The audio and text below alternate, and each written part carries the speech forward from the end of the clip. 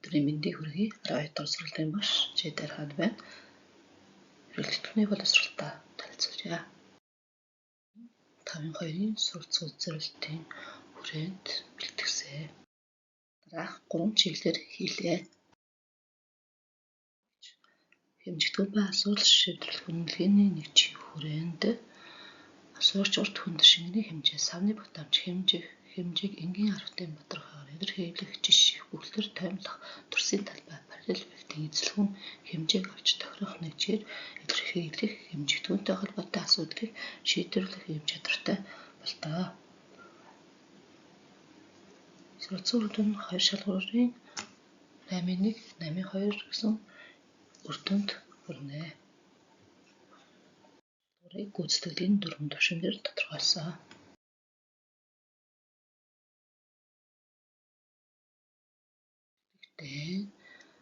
Тусгал даалгавраа Варгийн 4 түвшний даалгаврыг бэлтгэсэн.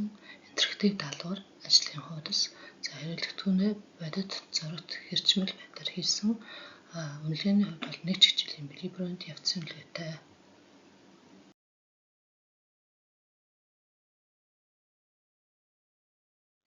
Тусгал даалгаврыг Варгийн аргыг ашиглан хийсэн.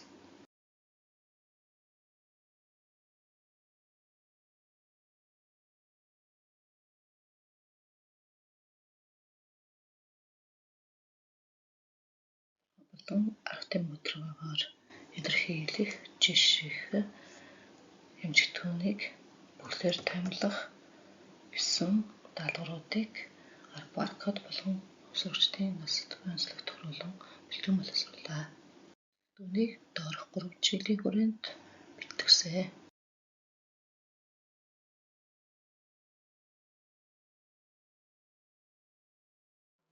Хэмжигдэхүүнийг бүхлээр тоймлох, дүрсийн периметрийг олох, энгийн бодрохоор илэрхийлэх, жиших, аргатын бодрохыг илэрхийлэх, жиших, зорилтын хүрээнд Word, Wall, Worksheet цахим аппликейшнуудыг ашиглан боловсруулсан.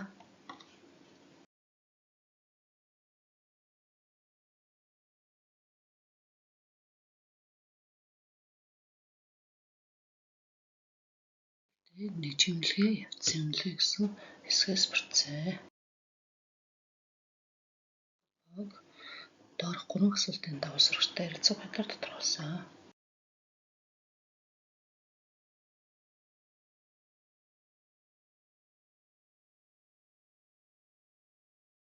Үйлчлэгийн хүчтэлийн бүлгээр танхимаар дорнод бага боловсрол зорилготой хүрэх гүүр 12 дугаар сургуулийн сайтад захимаар байршуулан түгээн дэлгэрүүлэлтийг хийсэн. Залуу ихний ирээдүйг зурдаг биер тэднийг мөрөөдлийг хөглөдөг аялгүй юм